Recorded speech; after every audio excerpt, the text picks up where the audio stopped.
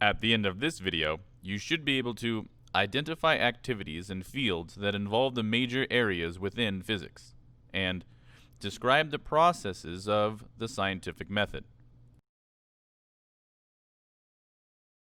Physics is the study of the physical world.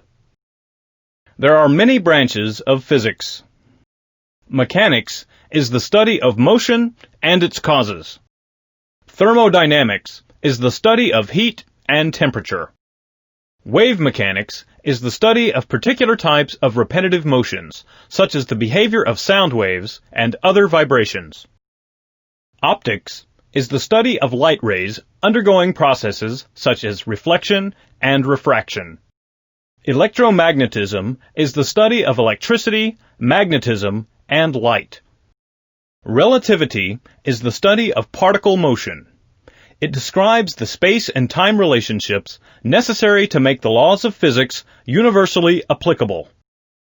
Quantum mechanics is the study of the structure and behavior of the atom and of subatomic particles from the view that all energy comes in tiny, indivisible bundles. Physics covers everything from how the planets move to how we heat our houses or get from one place to another. Without an understanding of physics, many technological advances would never have been made.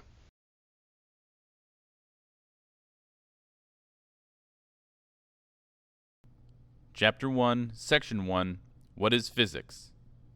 The topics of physics. Many people consider physics to be a difficult science that is far removed from their daily lives.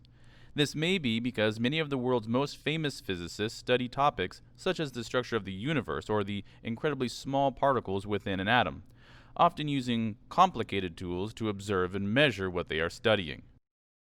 But everything around you can be described using the tools of physics. The goal of physics is to use a small number of basic concepts, equations, and assumptions to describe the physical world.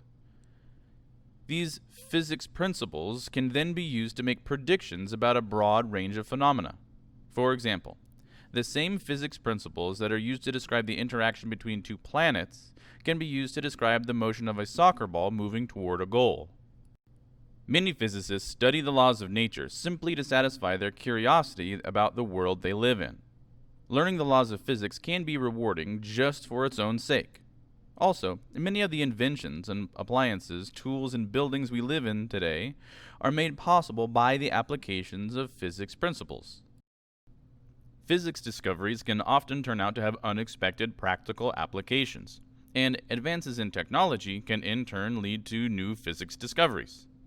Figure 1-1 on page 4 of your text or on the screen now indicates how the ideas of physics apply to building and operating a car. Physics is everywhere. We are surrounded by principles of physics in our everyday lives. In fact, most people know much more about physics than they realize. For example, when you buy a carton of ice cream at the store and put it in the freezer at home, you do so because of past experience, and you know enough about the laws of physics to know that the ice cream will melt if you leave it on the counter. People who design, build, and operate sailboats, such as the one shown in Figure 1-2 or on the screen now, need a working knowledge of the principles of physics. Designers figure out the best shape of the boat's hull so that it remains stable and floating, yet quick-moving and maneuverable. This design requires knowledge of the physics of fluids. Determining the most efficient shapes for the sails and how to arrange them requires an understanding of the science of motion and its causes. Balancing loads in the construction of a sailboat requires knowledge of mechanics. Some of the same physics principles can also explain how the keel keeps the boat moving in one direction even when the wind is from a slightly different direction. Any problem that deals with temperature, size, motion, position, shape, or color involves physics. Physicists categorize the topics they study in a number of different ways.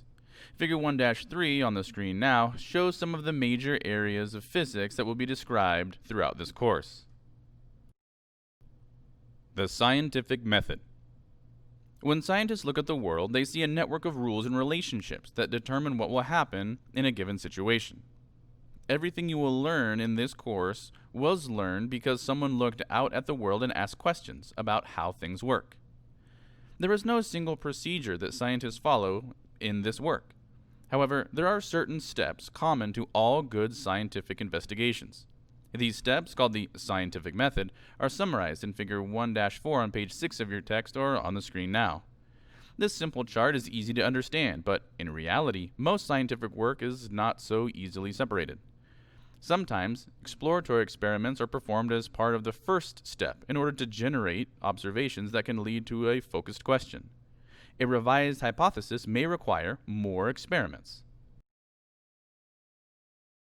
Most scientists follow these 7 basic steps of the scientific method.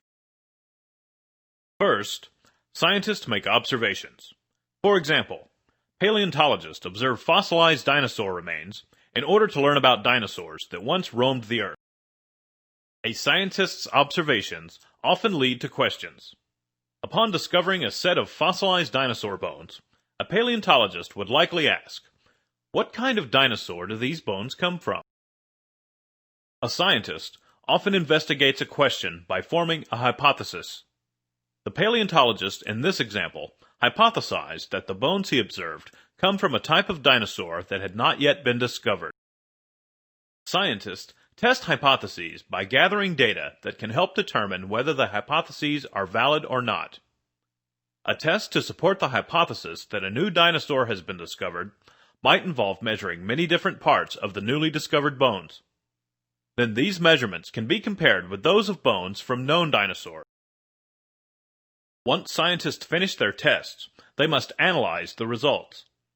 An analysis of the dinosaur bone measurements and the comparisons might show that the new dinosaur bones are either too large or shaped too differently to have belonged to any of the comparison dinosaurs that have already been discovered. Or, the tests might show that a dinosaur matching the new bones had already been discovered. Finally, scientists must conclude whether the results of their tests supported the hypothesis. Let's suppose that the dinosaur bone measurement tests led to the conclusion that a new dinosaur species has been discovered. Upon completing an investigation, scientists communicate their results. Scientists often present their findings in speeches, journal articles, and books.